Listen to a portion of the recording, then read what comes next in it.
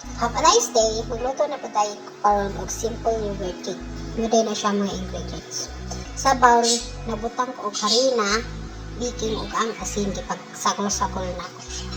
Tapos imo na siyang i-mix until makumpay na siya ng matanan.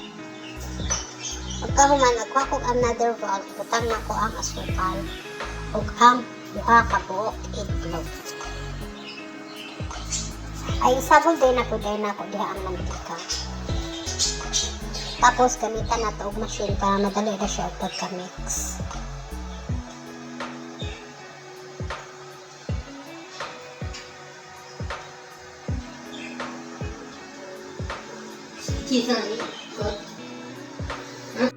Pasensya kay ni nasagol nga tingog sa akong ala. Tapos ibutang na din mo ang yogurt nga 1 cup.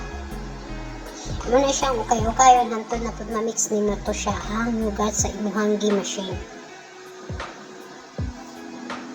Imo na din ibutang ang harina, hinahinayon nimo putang para dili siya maglingin-lingin or mamuumuo na siya.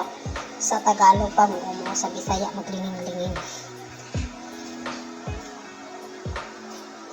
Kay-ukayon lang siya nimo hantod na makumbay na siya nimo tanan ang harina ug ang katong liquid ingredients.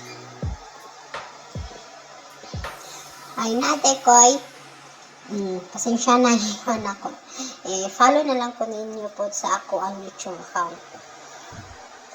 Asa Sheikha Marbs. Tapos magkuha na din kong baking pan. Ako na siya ibutang.